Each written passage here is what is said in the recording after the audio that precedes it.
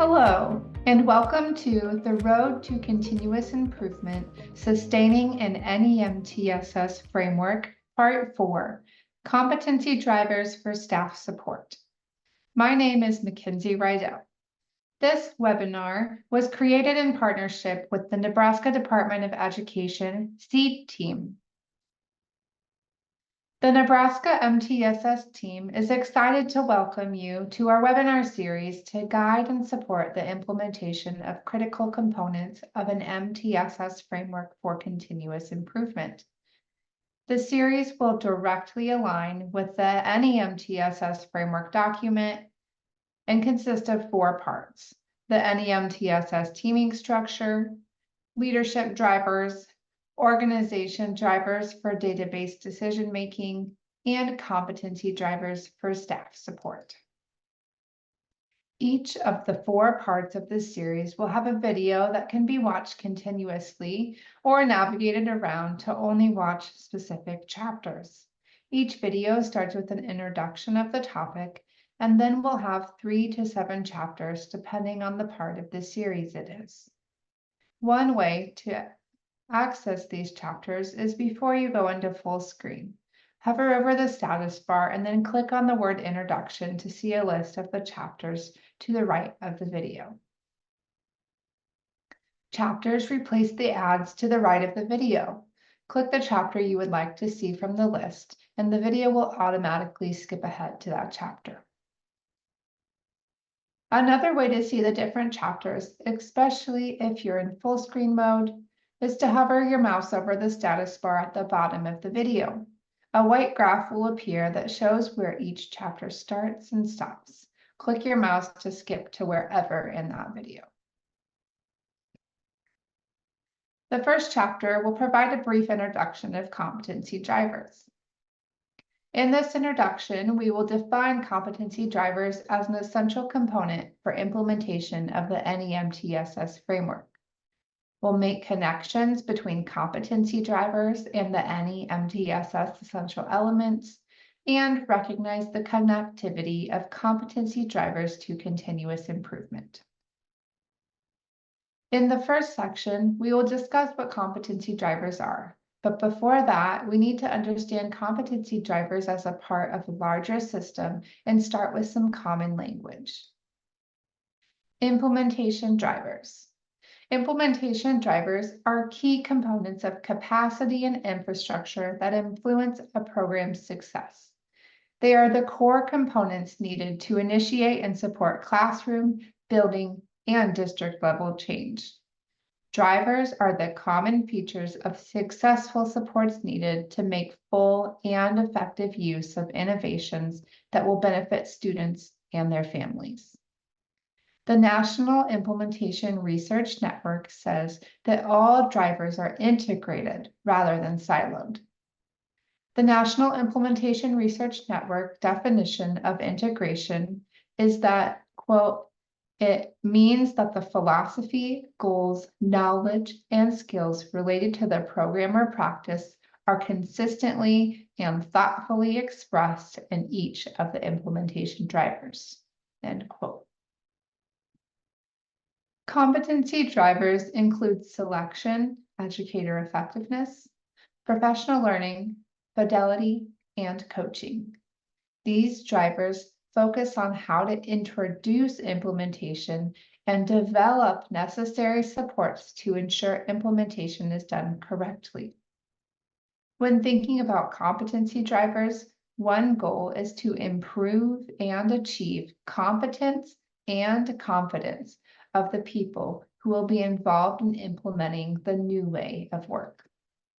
Competency drivers is all about building the knowledge, skills, and abilities of staff.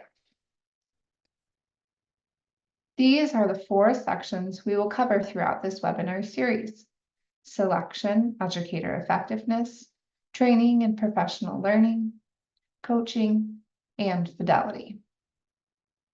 Effective staffing requires the specification of required knowledge, skills, and abilities that relate to program-specific needs. This means specifying skills and abilities that are prerequisites for the work ahead and determining those that will be developed once a person is hired. With the current educator shortage, districts need to prioritize time and effort on developing and maintaining the educators they currently have. Teachers, practitioners, administrators, and staff need to learn when, how, and with whom to use new skills and practices. Training and professional learning is grounded in adult learning theory in order to actively engage participants. High-quality professional learning equips educators with the necessary skills to improve outcomes for students. Most new skills can be introduced in training, but they must be practiced and mastered on the job. Coaching is the key. When developing a coaching system, consider all of the expertise that already exists within a district to serve in coaching roles. Using evidence-based programs or innovation as intended is both a driver of effective implementation and an outcome of fully engaging all of the drivers. This means that the entire organization is accountable for instructional and program quality. Teachers and other practitioners are not in it alone. Districts and schools develop and implement transparent fidelity assessments, use multiple sources of data to assess fidelity, institute positive recognition so assessments are seen as an opportunity to improve fidelity, and use fidelity assessment data to improve practice fidelity, organizational, and system supports. Now we're going to make connections between competency drivers and the NEMTSS essential elements. The NEMTSS framework is made up of 4 essential elements. These 4 elements are necessary for successful implementation, and they contribute to continuous improvement.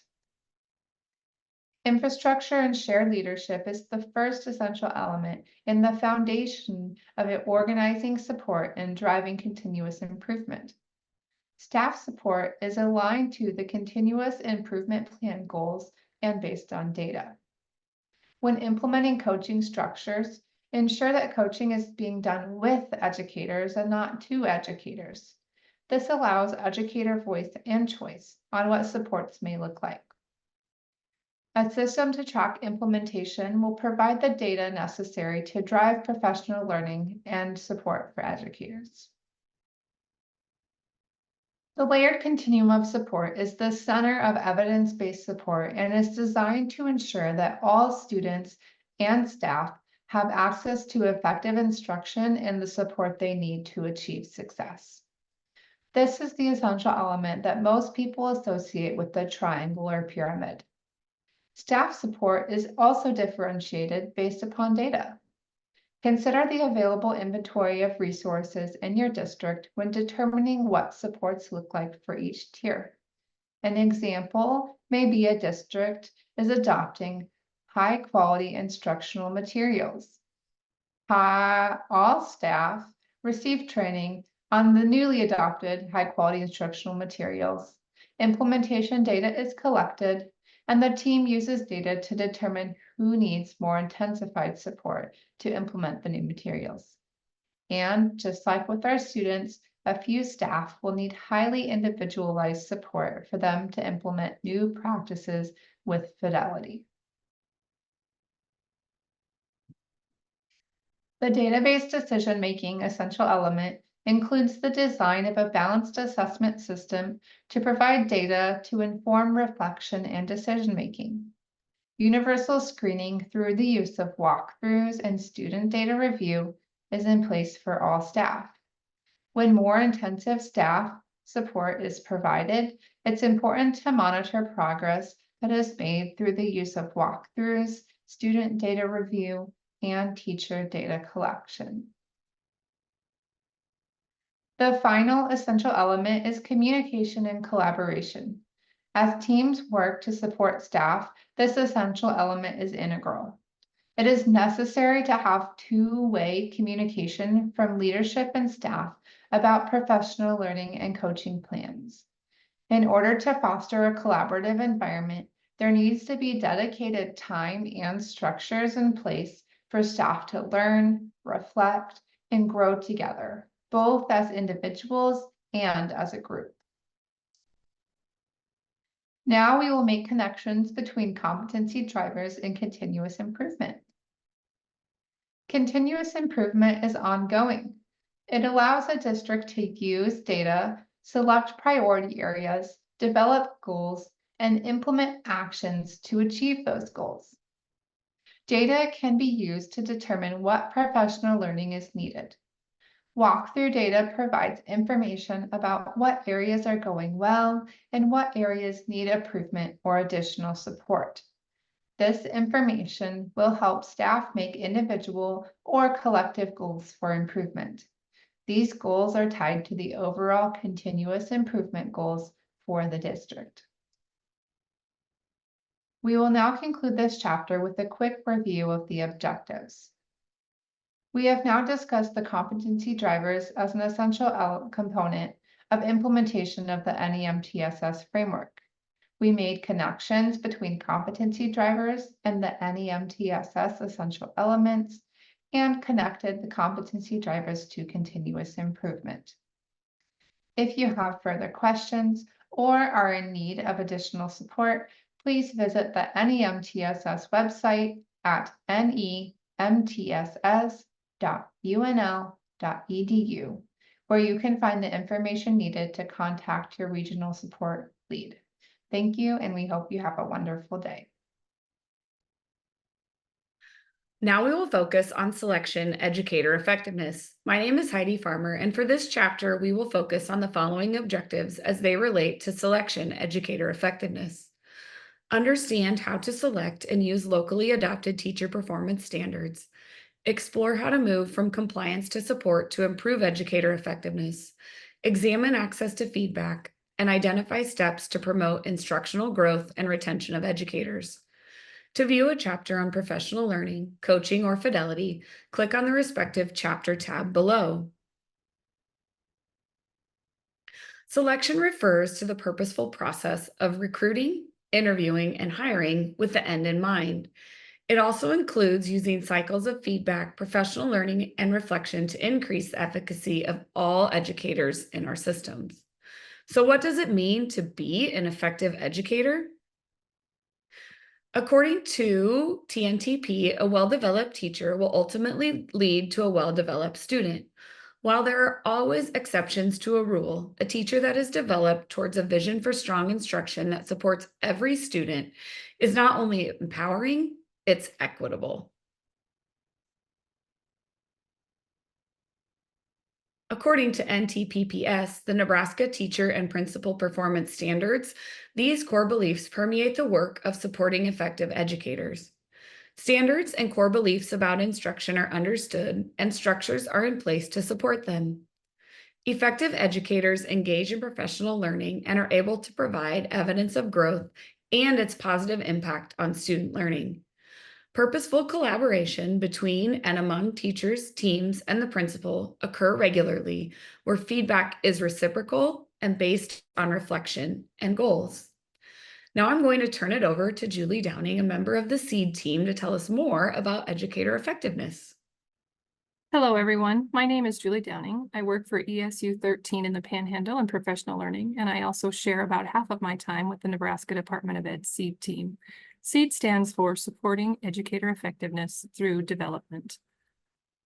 Our work is based in the Nebraska Teacher and Principal Performance Standards that Heidi mentioned. These standards are for both teachers and principals. For teachers, the core of the standards is in the center of our graphic surrounding student success. The elements for teachers are planning and preparation, meaning the teacher uses district and state content standards to support curriculum, instructional materials, and strategies through evidence-based practices to achieve rigorous learning goals. The learning environment, the teacher creates and maintains a learning environment to promote student engagement, foster positive relationships, inclusivity, and academic growth and achievement. Instructional strategies means the teacher has evidence-based, district-supported instructional strategies that ensure student growth and achievement. The element of assessment means that our teachers use a balanced system of assessment to include formative, interim, and summative assessments to measure their students' progress and inform planning, instruction, and reporting. Finally, the element of professionalism means that all of our Nebraska teachers exhibit a commitment to professional ethics, the school vision, mission, and goals. We know in Nebraska that our teacher and principal performance standards are a strong instructional model, but we also recognize and support the use of other models steeped in our state, like Danielson, Marzano, and others. One of the strongest tools from the Nebraska teacher and principal standards are the teacher rubrics. The teacher rubrics were developed in 2021, and they were developed to support teacher reflection and growth. So what you'll notice is that each of these standards has a title over here. This particular standard is around standards alignment. The effective column is verbatim from the standards document. So these words were taken directly from the 2020 document for teacher and principal standards. As we move to the developing column, you will see a common tag on a lot of these that talks about recognizing the importance of and seeking support in whatever the content of that standard is. These teachers are in good standing in our state and are educators that recognize that they have growth and are seeking support to make that growth. In the ineffective column, we see behaviors that are causing barriers for student learning. So you will see the tag around causing barriers and interrupting whatever the standard calls for. The highly effective column has a tag around leadership where teachers and educators are supporting, promoting, and developing the initiatives of their district.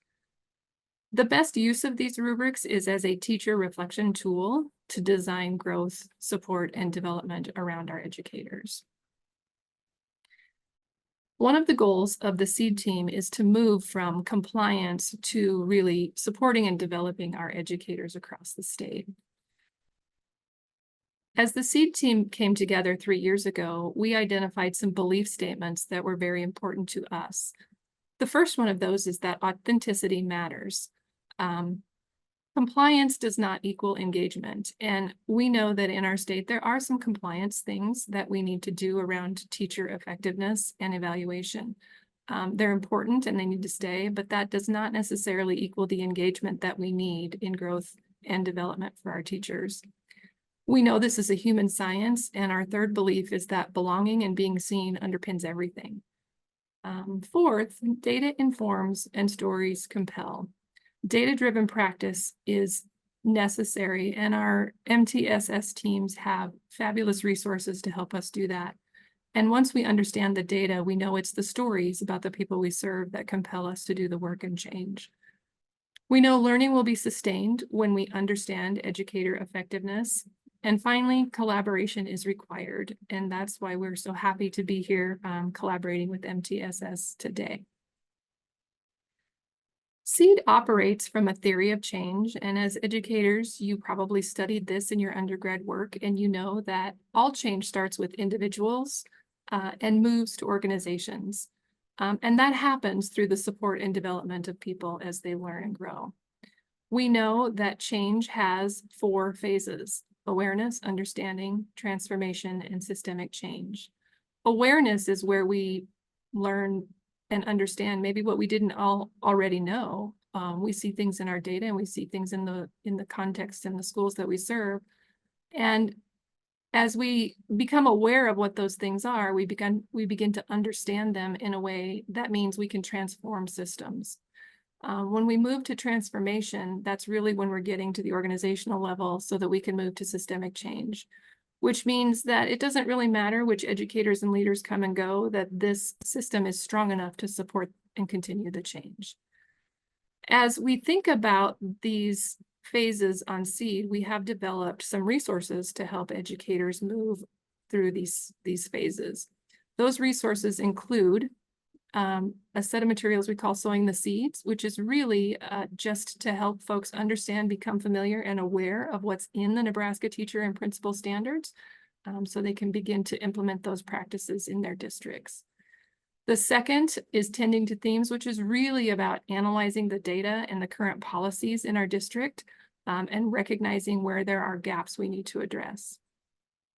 This idea of cultivating growth, which is really about understanding our data and then aligning our current practices and policies to create that system of support and development that our educators deserve, so that finally we can reap the harvest and really see a system that is maximizing our teachers and our principals so that our kids succeed as well.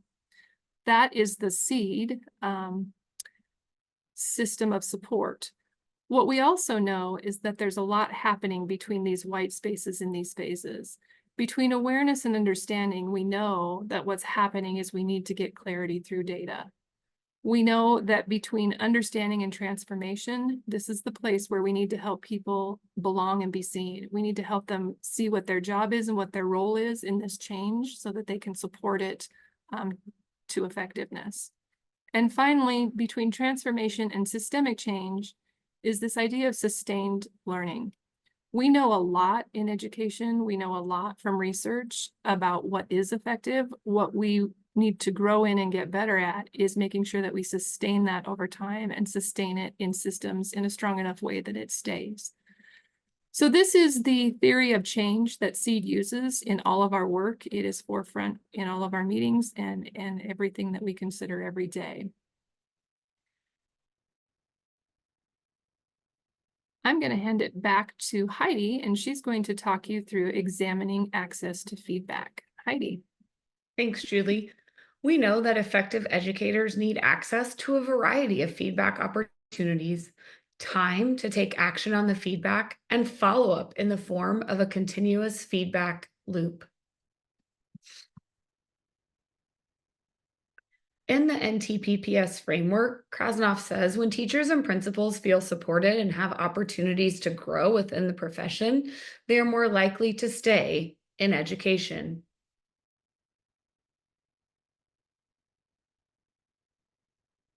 As Julie mentioned, the MTPPS rubrics are one way that educators can access feedback. Using common standards to collect and disaggregate data about teacher performance will allow districts to make informed decisions on professional learning needs and placement of teachers based on specific strength and growth areas, thus improving equitable opportunities for each student. Additionally, the rubrics provide opportunities for consistency, connectedness, differentiation, and empowerment.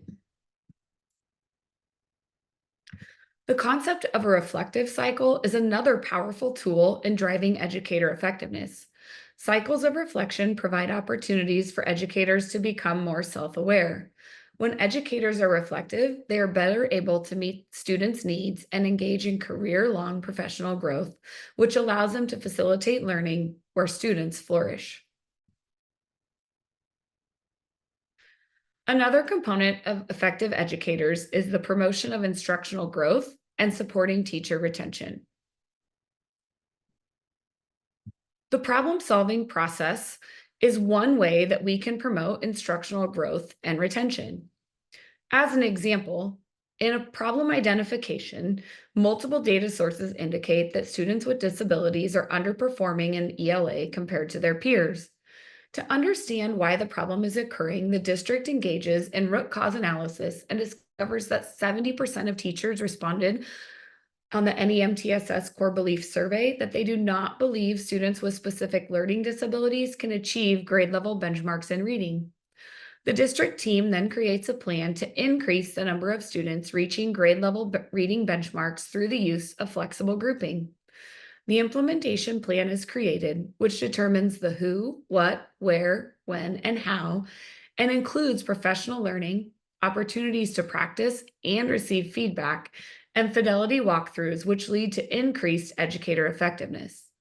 After implementation, the district team will reflect on what did and did not work.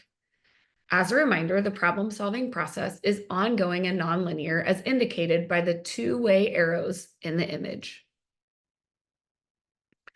Furthermore, the problem-solving model is embedded in the continuous improvement template.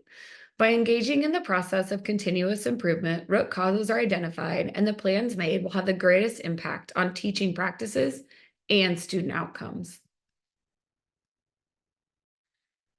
It takes expertise to make expertise. Through these practices, districts maximize the development of internal expertise, supporting the learning and growth of all educators and students.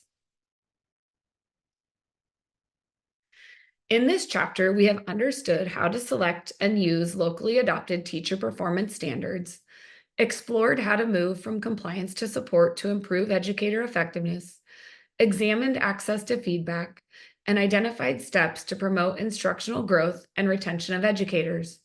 For more information on professional learning, coaching, and Fidelity, please click on the respective chapter tab below. We now move on to professional learning. My name is Amy Caldwell-Williams, and for this chapter, we will focus on the following objectives as they relate to competency drivers, staff support, educator effectiveness. We will understand the rationale for professional learning, examine the components of professional learning, identify key practices of professional learning. And if you'd like to view a chapter for educator effectiveness, coaching, or Fidelity, please click on the respective chapter tab below.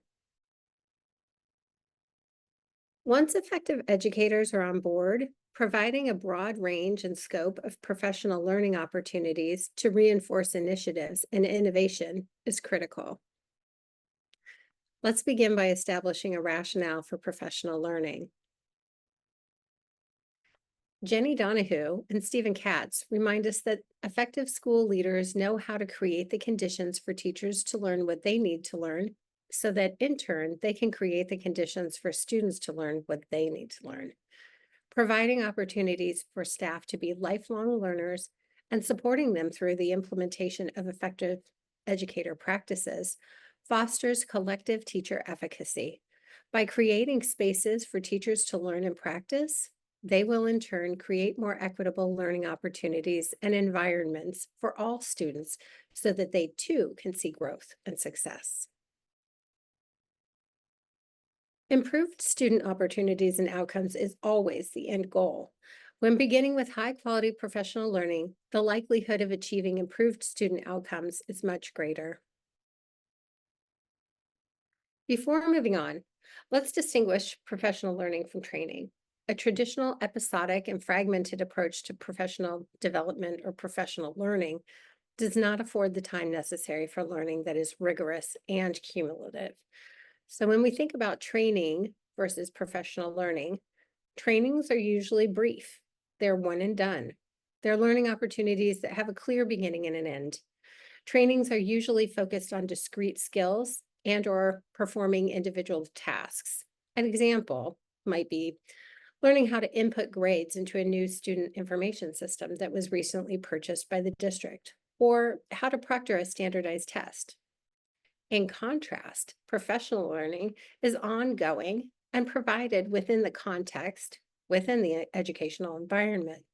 High-quality professional learning engages educators in a collaborative inquiry process and offers teacher agency or influence in their learning and provides space for practice.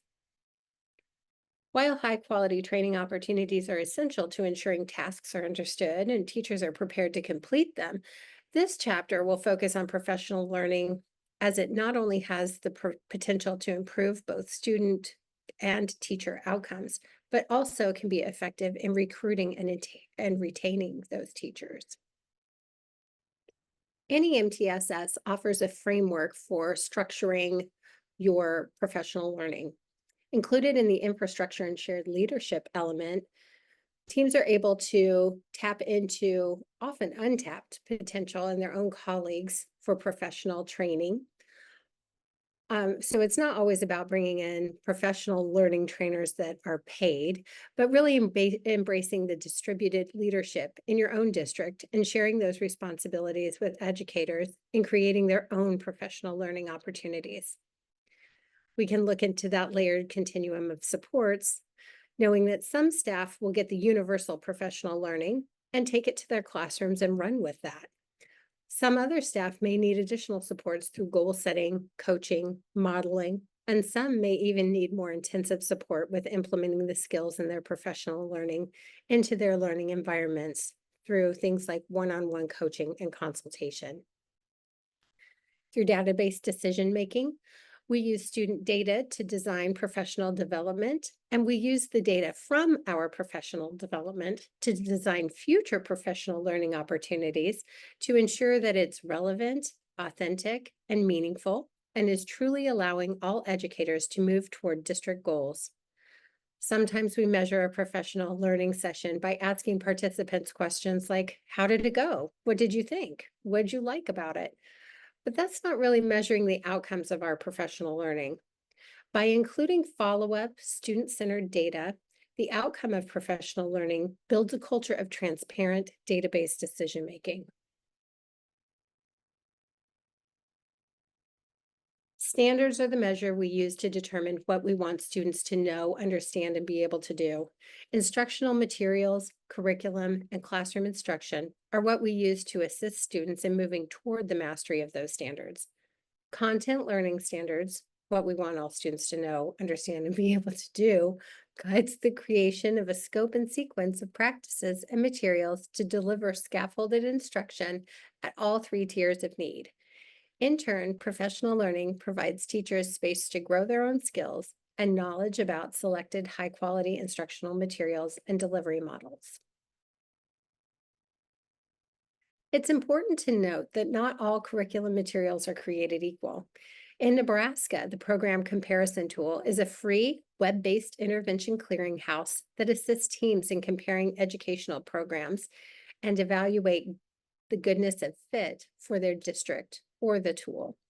This resource is intended to help educators make an informed decision about programs that may work well in their schools. The programs included in this resource are a selection of those available, but they're not an exhaustive list. This tool includes programs with varying levels of quality and does not constitute an approved list, nor are these programs required. When considering the professional learning needs for your district or school, alignment of the learning plans to the strategic continuous improvement plan and goals of the district is critical. When these are aligned, the opportunities target building educators' own competency and capacity to meet those district and school goals. The continuous improvement plan template includes an organizer to prioritize areas, professional learning topics, identified participants, identifying persons responsible for logistics, and a timeline for the learning and implementation. Now we'll talk about the components of professional learning. Teams must consider the details of the professional learning that it actually encompasses. During this step, teams are figuring out what they are doing for professional learning. Teams need to consider a number of professional learning opportunities. First, teams will develop the initial trainings for new strategies or practices. These learning opportunities will allow educators to understand the practice and also access modeling of the practice by trained facilitators. Additionally, the professional learning plan includes occasions for teachers to build their capacity for both planning and instructional delivery, including explicit practice of the learned skills and access to coaching support. It's easy to overlook the professional learning needs of administrators. However, intentional planning to build the capacity of administrators around what to look for during observations and evidence collection, and how to reinforce and coach teachers as they implement learning can be important. Finally, teams are going to need professional learning that helps them understand the expectations and processes for fidelity checks of implementation of that strategy. It's important to remember that professional learning plans are data-based and will change based on staff need. Similarly, as you collect fidelity data, your professional learning plan will continue to adjust to meet more individualized needs. What kind of ongoing professional learning will all staff need? What targeted support will some need? And what intensified support and professional learning and coaching will a few staff need to successfully implement the strategy with fidelity? The National Implementation Research Network describes key features to be used in professional learning. As mentioned in the rationale section, any and all professional learning a district plans to provide is selected based on data demonstrating a specific need for growth. Consequently, the same data serves as a benchmark for determining impact. Ideally, any professional learning provided would be a district-identified evidence-based practice or program. The district needs to identify who will lead the effort and how many hours of training or learning is required and allocate that time within their schedule. When planning for the professional learning, the district will identify the new knowledge and skills to be taught along with the methods for teaching them. It's important to create a plan and a schedule to assess the knowledge and skills that you hope will result in the professional learning. Now we'll move on to key practices, including opportunities to practice and feedback. When thinking about key practices for professional learning, you might ask the question, what makes professional learning effective? Linda Darling-Hammond and the colleagues at the Learning Policy Institute identified 6 practices to ensure effective professional learning. Effective professional learning is relevant and content-focused, promotes active learning, supports collaboration, provides modeling and coaching support, offers a space for reflection and feedback, and is ongoing. We'll discuss each of these in the coming slides. First, professional learning has a greater impact if the learning is job embedded, meaning it's provided within the context of the district or school, and the learning is connected to the everyday work in the classroom. Strategies learned during professional learning should be associated with the curriculum being used in the school and may be content specific. It's important to align any professional learning with the district priorities and continuous improvement goals. And remember to offer and involve staff when determining professional learning. This gives staff more agency, which Calvert defines as the power for staff to act decisively and positively to better ensure their own professional growth. By including staff in these processes, it gives educators stake in their learning and allows for a shift in systemic change. Embracing the idea of shared leadership, one of the 4 in the MTSS essential elements, and it allows districts to utilize internal expertise to share knowledge and skills with colleagues. Strong professional learning looks similar to the instruction or learning provided to students in a classroom setting. In a way, this is how you walk the talk. To achieve this, you use evidence-based practices within your professional learning, such as providing explicit instruction, flexible grouping, positive and constructive feedback, and active engagement. Staff have many untapped experiences and resources to support new learning.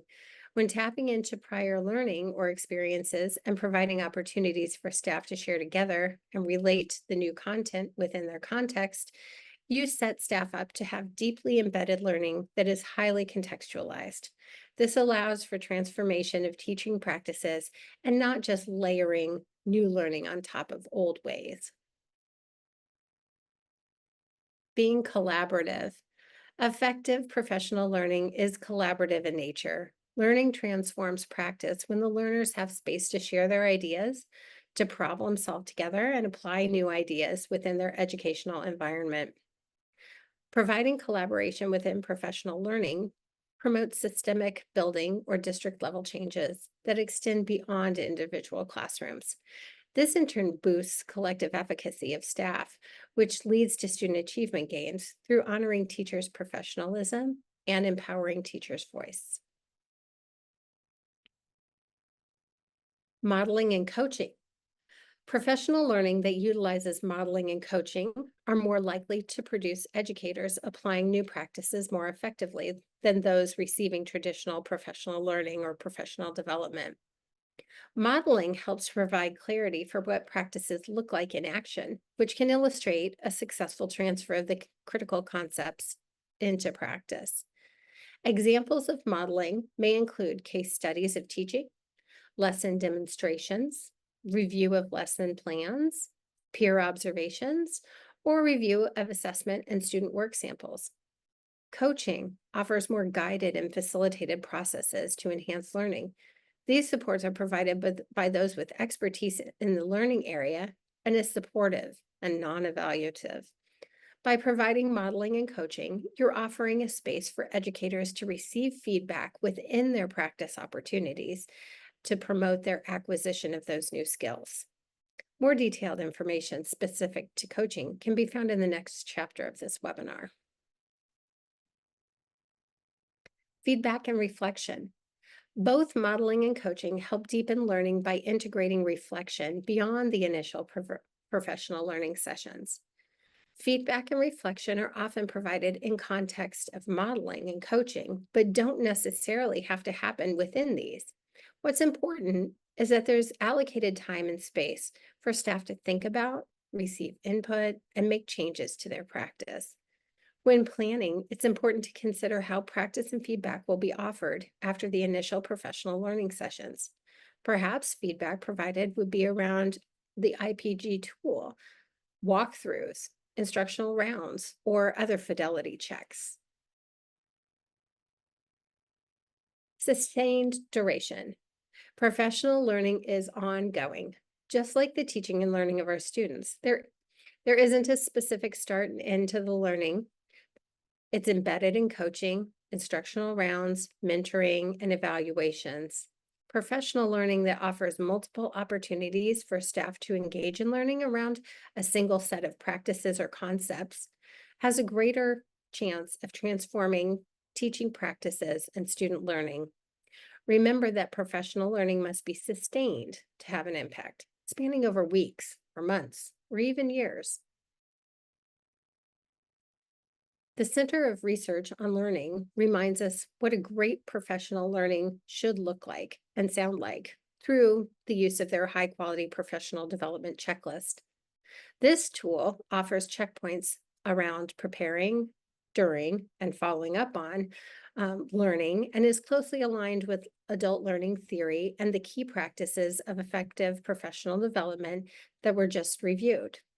One could use this checklist as a resource while planning professional learning to help ensure that it has a greater likelihood of being effective and impactful. And with that, we've reached the end of the professional learning chapter of this webinar. We've now discussed the rationale components and key practices of professional learning. To view a webinar for educator effectiveness, coaching, or Fidelity, please click on the respective chapter tab below.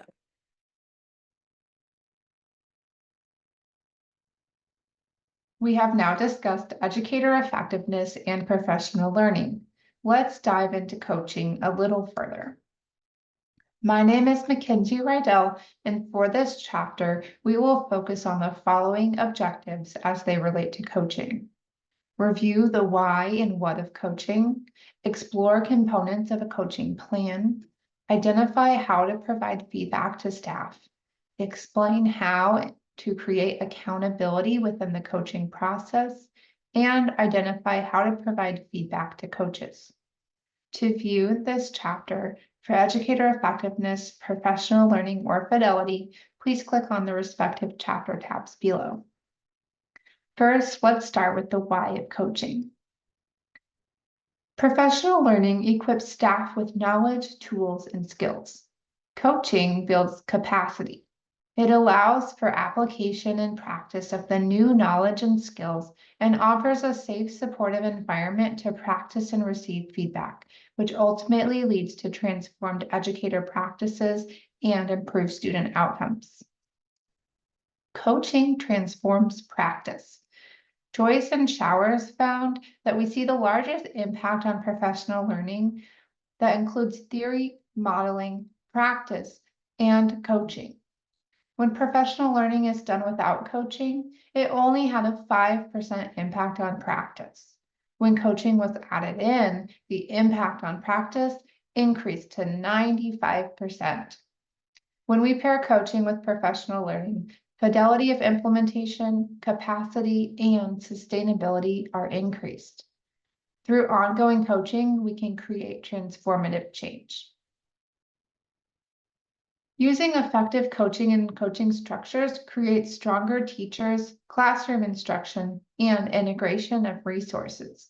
This creates a climate that leverages high-quality instructional materials and improves teacher retention.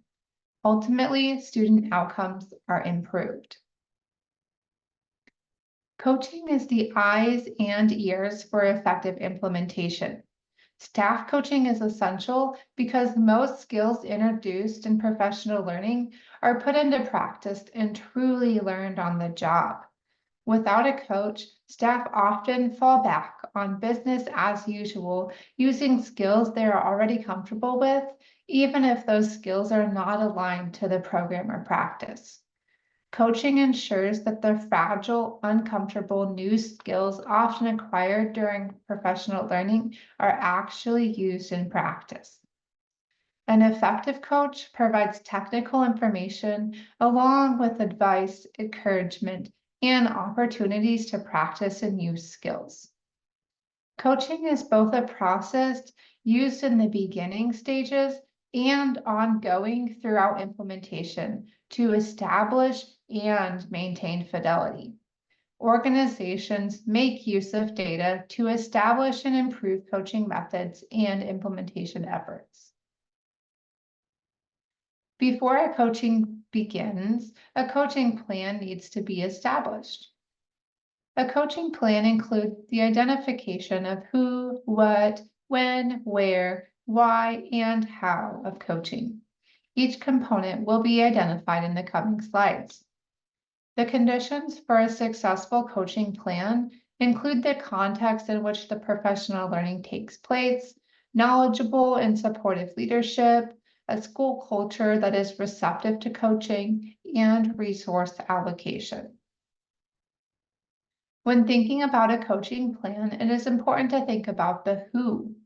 Who will receive the coaching and how will they be identified? As you consider the who of coaching, you'll want to envision a layered continuum of support, similar to how we support the layered supports for students.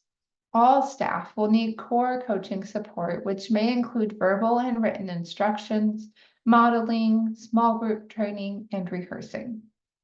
Some staff may need more targeted coaching support, which may include more modeling and rehearsing, peer observation, one-on-one coaching, and intermittent performance feedback.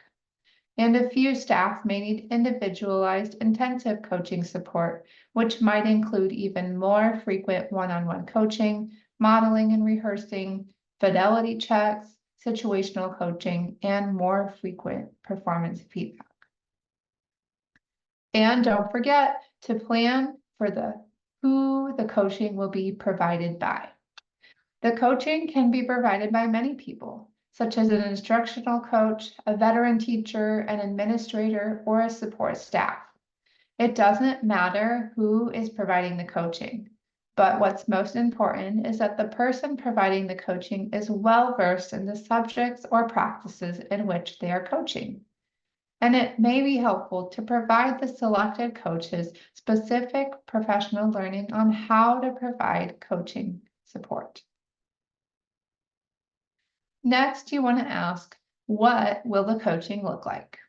You will determine the expectations for the coach and educator, the frequency of meetings, and the how and when coaching supports will be fated. If the coach is coaching multiple people, it is important for them to consider the grade and age levels that are served by the educator. And during this step, it may be helpful to determine which coaching model will be used.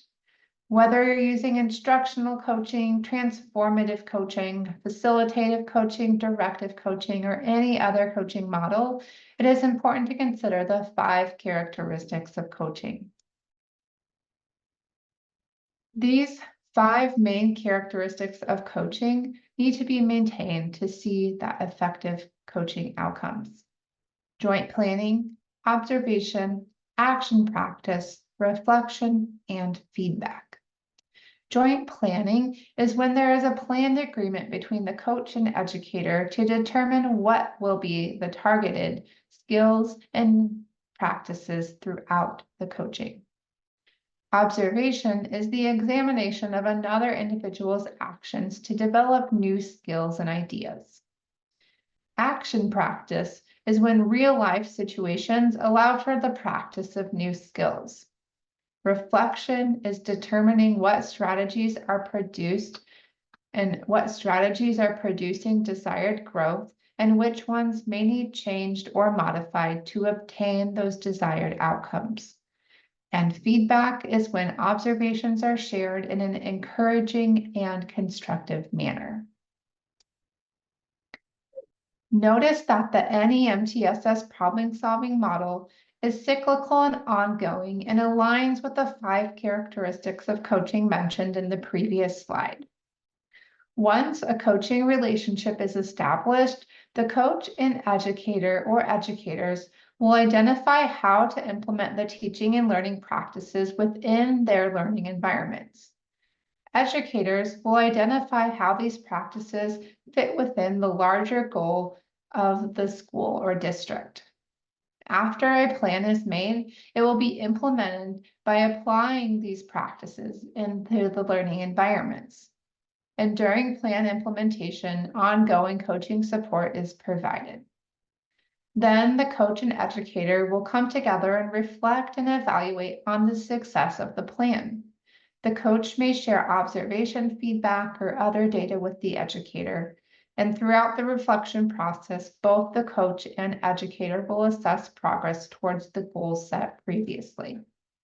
Coaching is most successful when it occurs jointly with both the coach and educator providing input and participation throughout the process. When planning for the when of coaching, you'll need to identify common meeting times for the coach and educator to meet. Consider if the meetings will happen during plan time, before or after school, or during another time. And remember to consider your coach's time.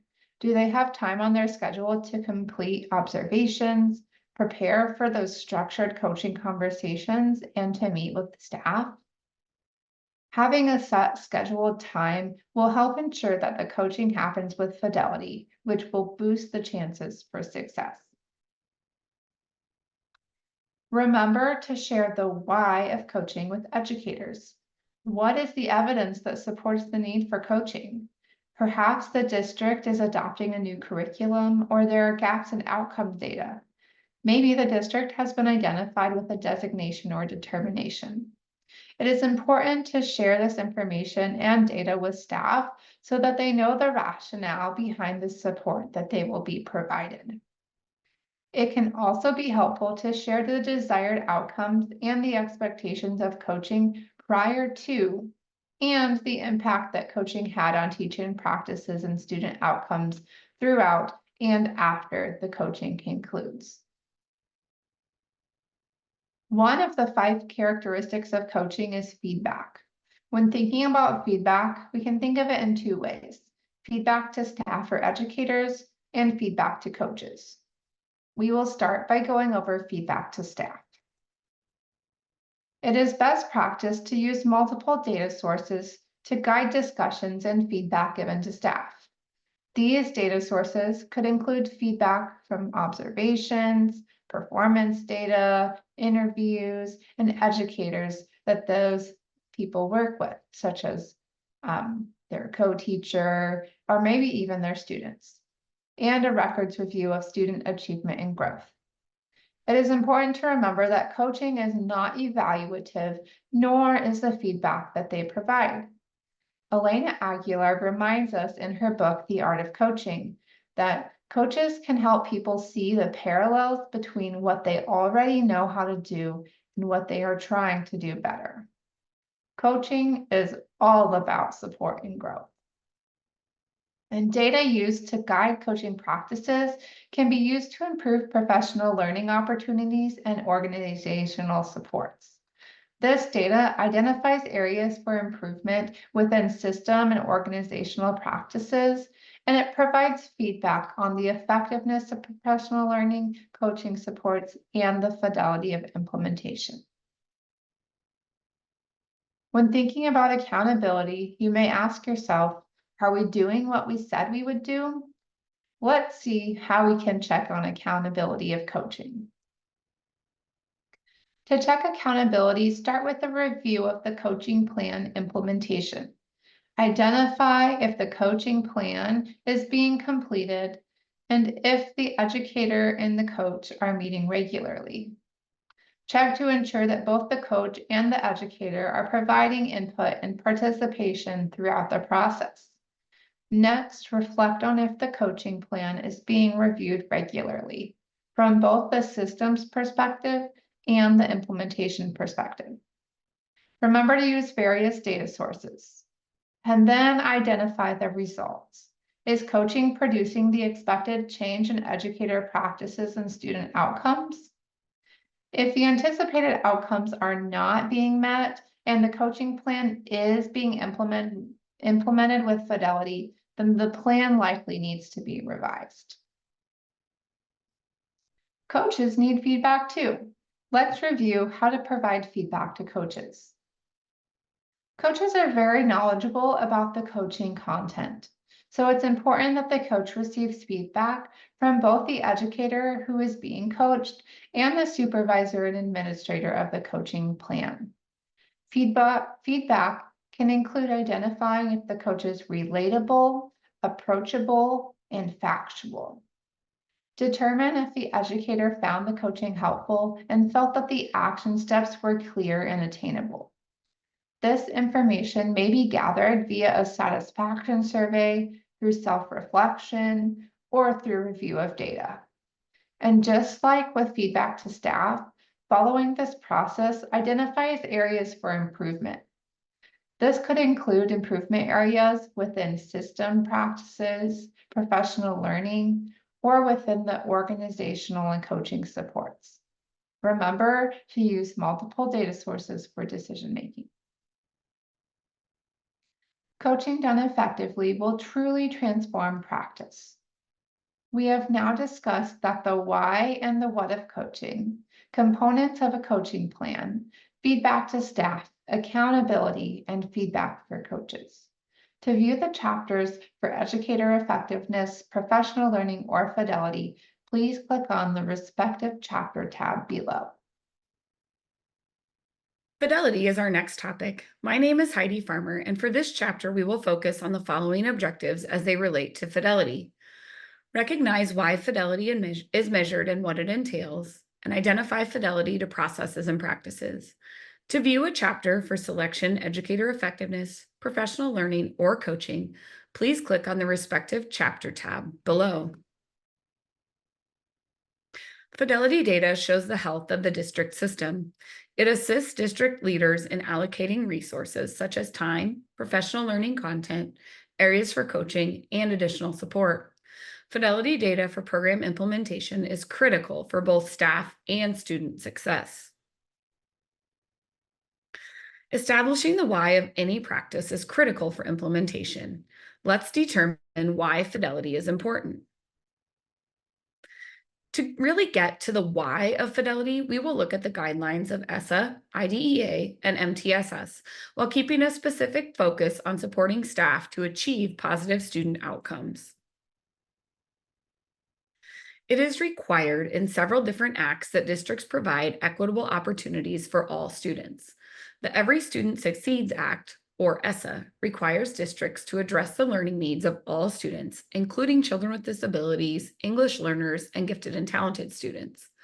Fidelity data shows areas where we need improvement and areas where we are meeting the requirements of ESSA to equitably support learning for all students. Meeting the needs of each student can be accomplished through the development of programs and processes that increase the ability of teachers to effectively teach all students. A systematic approach includes both a multi-tiered system of support and positive behavioral intervention and support. These systems provide a comprehensive continuum of evidence-based practices to create a culture that supports a rapid response to students' needs. Regular observation is used to collect data for instructional and behavioral decision-making. Data-based decisions support districts in providing services, programs, strategies, and interventions to all students. Focusing on supporting students with disabilities, developmental delays, English learners, and those with other needs increases the number of students experiencing success on challenging state academic standards. The Individuals with Disabilities Education Act, or IDEA, outlines implementing instruction with fidelity as a legal requirement for appropriate instruction. Fidelity of instruction has a critical role in determining whether a student received adequate core instruction. In order for an MTSS team to determine additional student support, fidelity data is necessary, showing that the student's core instruction was delivered in a way matching the approach originally used when demonstrating effectiveness. It is also important to note that ESSA and IDA both mention tiered systems of support, such as any MTSS. As schools implement and continuously improve their multi-tiered system of support, fidelity is essential for both teacher and student success. Long-term systems change is created when fidelity is measured and data is used to drive decisions. This can also lead to higher strategy effectiveness and efficiency. The Nebraska MTSS Framework suggests that fidelity is monitored in a way that is supportive of teachers and their instructional decisions. It is important to remember that fidelity of implementation is not a measure of a teacher themselves, but a measure of the use of a practice or method. What does fidelity include? D.L. Fixon, in the Essential Components and Applications of Fidelity and any MTSS research brief, defines fidelity as the degree to which a program, curriculum, or intervention is implemented as designed. According to Fixon et al., there are three main components to fidelity: dosage, quality, and adherence. Dosage refers to the number, duration, and frequency of the practice or intervention being measured. Adherence asks if the practice or intervention was delivered as intended, and quality measures the completeness of, student engagement in, and teacher fluency with the practice or intervention being measured. There are two things to think about when it comes to measuring fidelity: fidelity to processes and fidelity to practices. First, let's look at fidelity to processes or systems. Before making a decision around providing additional support in a multi-tiered system of support, every team needs to ensure that the decision is a reflection of the student's need for additional support, as opposed to a need for increased effectiveness in Tier 1 core. When considering system fidelity or fidelity to the process, there are two questions teams are asking. Are leadership teams sticking to their roles, responsibilities, and action plans? And are teachers doing what the plan indicates they need to be doing for successful implementation? It's important to recognize that we want to address the last question without going into monitoring individual classroom fidelity.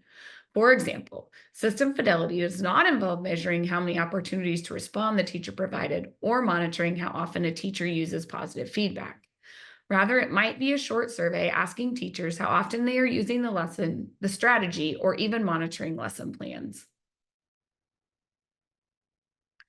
When measuring system fidelity, we are looking for the percentage of staff who are implementing or following the action plan as designed. Leadership teams ask themselves, how often is it expected for staff to use the selected evidence-based strategy? Then define the frequency of staff use in the action plan. Throughout this stage of implementation, it is imperative that we maintain systems-level thinking rather than monitoring individual classroom implementation. When measuring system fidelity, we have to return to the two questions we mentioned earlier. Are leadership teams sticking to their roles, responsibilities, and action plans? And are teachers doing what the plan indicates they need to be doing for successful implementation? There are a number of ways to measure these two questions. One way would be through staff surveys or asking staff to gauge how frequently they believe they are implementing the evidence-based strategy. It will also be helpful to include assessment of staff confidence in using that selected evidence-based practice within the survey. For example, if you note that only 32% of your staff feel confident in implementing various flexible grouping strategies, you would want to provide more opportunities for professional learning and coaching to build confidence in the use of flexible grouping strategies. Quick pulse checks with staff to gauge their perception of implementation can also be helpful in this stage. Walkthroughs are another effective way to gather data. Again, the intent at this stage of implementation is to gain an estimated systems-level data point that shows how many staff members are implementing the selected strategy as intended and how often. Individualized feedback and/or coaching will be done later. Monitoring lesson plans to determine how frequently staff are planning to implement the selected evidence-based practice is also an effective measure of system fidelity. Finally, the leadership team assesses system fidelity by monitoring their completion of action items or steps within their implementation plans.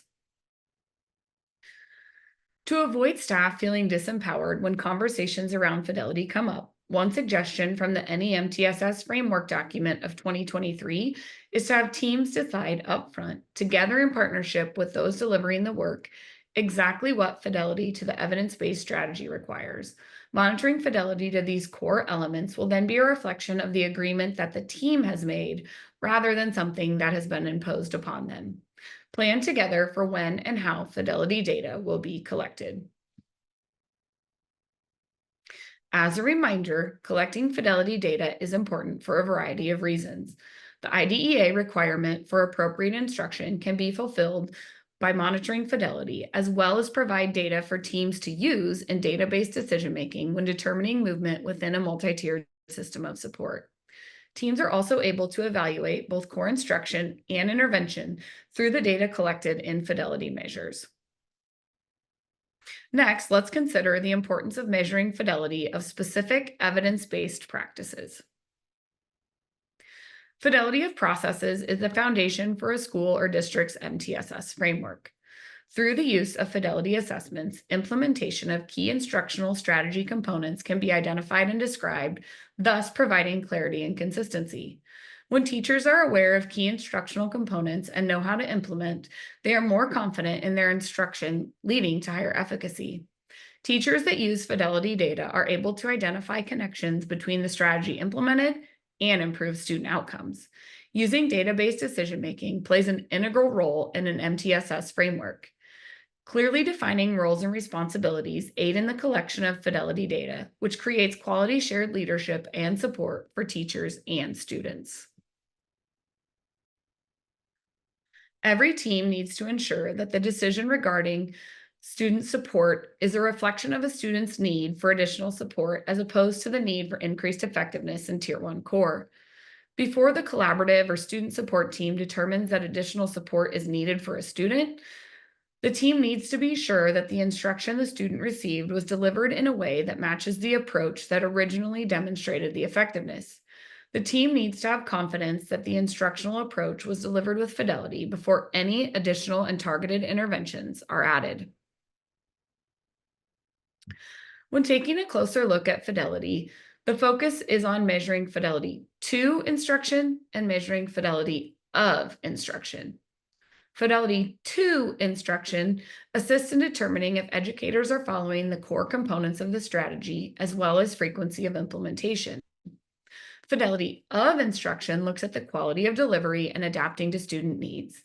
When measuring the fidelity of instruction, focus on: are the needs of students being met, and was the teacher able to effectively differentiate, scaffold, and/or adapt instruction? Other considerations are completeness of the lesson, student engagement, and teacher clarity. Some questions for consideration when defining both fidelity to and of instruction are listed here. These questions are helpful for teacher self-reflection and for teams to use when creating fidelity checks. There are many ways in which fidelity can be measured. Two specific methods that may be helpful for assessing fidelity in schools are the use of fidelity checklists and the evaluation of permanent products. Today, we will focus on checklists. Fidelity checklists contain items comprised of tasks specific to a curriculum, instruction, or an intervention. The items are written out and checked off as they are completed. The checklist details can be collected via staff self-report or direct observation by a third-party observer. When developing a plan for assessing fidelity through a checklist, it is important for the team to develop the plan.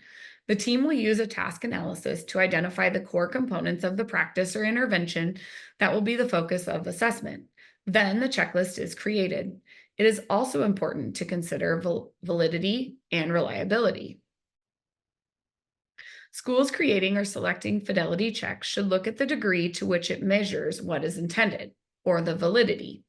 To establish reliability of fidelity measures, 2 staff observe the same lesson at the same time with the same fidelity measure. This observation is an opportunity to enhance instruction and is not evaluative in nature. Shortly after the observation, compare the fidelity measure and discuss similarities and differences. If there is high agreement between observers, it is an indication that it is a reliable measure. When monitoring fidelity, it can be helpful to use the MTSS problem-solving model. It is important to establish a plan for collecting data. This may include reaching out to teachers, administrators, or anyone else integral to the process who will either help collect the data or help support the process in other ways. It is important to explicitly state and agree on what, when, where, and how the data will be collected. Next, collect the data according to the plan that was established. Then discuss the fidelity of data in the appropriate teams. The teams discuss patterns, trends, and averages, evaluating what went well and what didn't, and link data to student outcomes when possible. Finally, based on the data that is collected and discussed, plans for improvement are determined. This plan includes a sustainable process for regular analysis of implementation fidelity and identification of professional development and resources needed to support staff for maintaining a sustainable process. Again, the MTSS framework suggests that teams decide upfront and in partnership with those delivering the work exactly what fidelity to the evidence-based strategy requires. This then leads to an agreement that the team has made together rather than something that has been imposed upon them. The measurement of fidelity is similar in each classroom to promote both validity and reliability of the fidelity checklist.